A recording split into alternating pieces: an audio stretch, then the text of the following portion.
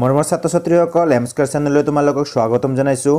আজি আমি ক্লাস 9 অনুশীলনী 2.2 ৰ কোৱেশ্চন নম্বৰ 4 অংক এটা সমাধান কৰিম। ভিডিওটো ভাল লাগিলে চেনেলটো সাবস্ক্ৰাইব কৰি দিবা আৰু নিজৰ সহপাঠীৰ লগত শেয়াৰ কৰিবা। চাও আহা এতিয়া কোৱেশ্চন নম্বৰ 4 ত কি কৈছে। এটা সব কোৱেশ্চন নম্বৰ 4 ত কি কৈছে? তলৰ প্ৰতিটো বহুপদৰ শূন্য নিৰ্ণয় কৰা। এক নম্বৰত দিছে px = x + 5। এই বহুপদটোৰ শূন্য নিৰ্ণয় কৰা মানে কি? ইয়াতে কি আছে? চলক x আছে। চলকৰ এনেকুৱা এটা মান উলিয়াব লাগিব যেটো মানৰ বাবে কি হ'ব আমাৰ এই px = কি হ'ব 0 হ'ব। এটা চোৱা x + 5 আছে, সো x ৰ মান যদি -5 হয় তেনে -5 আৰু 5 কাটাকাটি যায় কি হ'ব 0 হ'ব। কিন্তু এই -5 টো কৰ পৰা আহিল হেতু আমাৰ সিস্টেমেটিক্যালি উলিয়াব লাগিব। সোৱাচোন -5 টো কেনেকৈ আহিব? সো x + 5 = 0 লৈ যদি এটো সমাধান কৰো তেনে হলে -5 টো হেফালে গুচি যাব। সো x = কি পাম আমি -5 পাম। তাৰ মানে হল এটো যেতিয়া কোনো এটা বহুপদৰ তোমাক শূন্য নিৰ্ণয় কৰিব দিব তুমি কি কৰিব লাগিব হেই বহুপদ ৰাশিটো = 0 দি তাৰ কি কৰিব লাগিব সমাধান নিৰ্ণয় কৰিব লাগিব। তাৰ মানে এই x + 5 ৰ কি কৰিব লাগিব সমাধান নিৰ্ণয় কৰিব লাগিব। সো আমি এনেকৈ লিখিম। সো আমাৰ এটো সলিউশনত কি হ'ব এটো আমি লিখি লও। px = কি দি আছে আমাৰ x + 5 দি আছে। সো এতিয়া আমি কি কৰিম এটো px = 0 লৈ লম। 0 লৈ এটো সমাধান কৰিম। সো px ৰ মান কিমান দি আছে x + 5 সো = 0 বা x = কি হ'ব 5 টো ইফালে দি দিয়া -5। সো তাৰ মানে আমি কি পালো এই -5 এ হ'ব কিমান আমাৰ এই পদত্ব বহুপদটোৰ শূন্য। সো এনেকৈ লিখি দিম therefore পদত্ব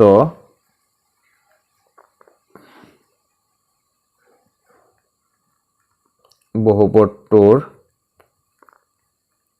শূন্য হ'ব -5। বুজি পালা? একেবাৰে সহজ। যেটো আমাৰ বহুপদ দিয়া থাকিব হেতু = 0 তাৰ মানে সমীকৰণ হৈ গল হেতু সমাধান কৰিব লাগিব। সো এনে হৈ গল। নেক্সট কি আছে? সো 2 নম্বৰ কোৱেশ্চনত দিছে px = x - 5। সো এটো একবাৰ লিখি লম। সো নেক্সট লিখিম এতিয়া px = 0 হয় না? px ৰ মান কি x - 5 = 0 বা x = 5 টো -5 টো হেফালে লৈ যোৱা +5 কি পালো 5।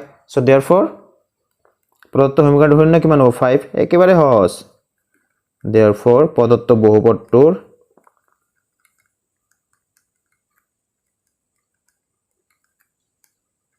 শূন্য হ'ব 5। কোৱেশ্চন নম্বৰ 3 ত আছে px = 2x + 5। সো লিখি লম px = 2x + 5। এতে কি হ'ব px = 0 বা px ৰ মান কিমান 2x + 5 = 0 2x টো ইফালে ৰাখা 5 টো ইফালে লৈ যোৱা প্লাস আছিল ইফালে গলে কি হ'ব -5 বা x = কি হ'ব -5 বাই এটো ইফালে পূৰণ হৈ আছে ইফালে গলে তলত যাব -5/2। সো তেনে হলে এটোই কি হ'ব এই যেটো আমাৰ পদাৰ্থ যদি কি আছে বহুপদ ৰাখি দিছিল তাৰে শূন্য হ'ব। সো therefore প্ৰদত্ত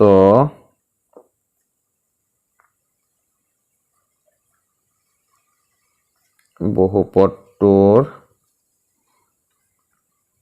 শূন্য হ'ব -5/2। কোৱেশ্চন নম্বৰ 4 ত আছে কি px = 3x - 2। সো লিখি লম আগৰ দৰে px = 3x - 2। সো এতিয়া px = 0 হ'ব। px ৰ মান কিমান আছে 3x - 2 = 0 হ'ব বা 3x = কি হ'ব -2 টো ইফালে গলে +2। সো x = এটো পূৰণ হৈছে ইফালে গলে হৰণ হ'ব এটো এনেকৈ থাকিব 2/3। সো therefore প্ৰদত্ত বহুপদটোৰ শূন্য হ'ব 2/3। So this is our answer. Question number 5 ত আছে px = 3x. So px = 3x.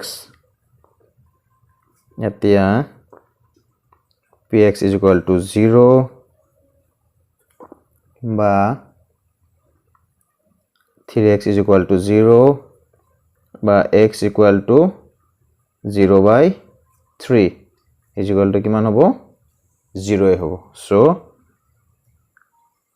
therefore প্রদত্ত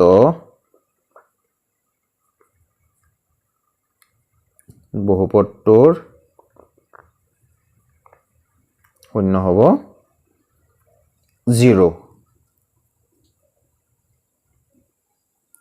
সো 6 নম্বৰত কি আছে px = ax a is not equal to 0 so আমি লিখি লম px = ax সো এতিয়া px = 0 বা px মানে ax = 0 ax means a into x so x = 0/a এটো ইফালে যাব সো এটো কি হ'ব আমাৰ 0 হ'ব সো therefore প্ৰদত্ত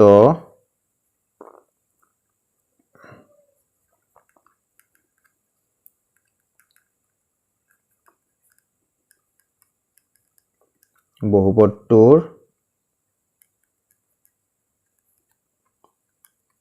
শূন্য হ'ব 0 সো 7 নম্বৰত কি আছে next px = cx + d, c is not equal to 0 c, d বাস্তব সংখ্যা সো একেই সো px = cx + d এতিয়া px = 0 px মানে cx + d cx + d = 0 চলক যাৰ লগত আছে হেতু ৰাখা বাওফালে বাকিটো হেফালে লৈ যোৱা সো cx d টো প্লাস আছে হেফালে লৈ গলে -d c টো x ৰ লগত কি হৈ আছে পূৰণ হৈ আছে সো হেফালে গলে হ'ব তলত গুছি যাব হৰণ হ'ব সো এটো হ'ব আমাৰ -d/c সো therefore প্ৰদত্ত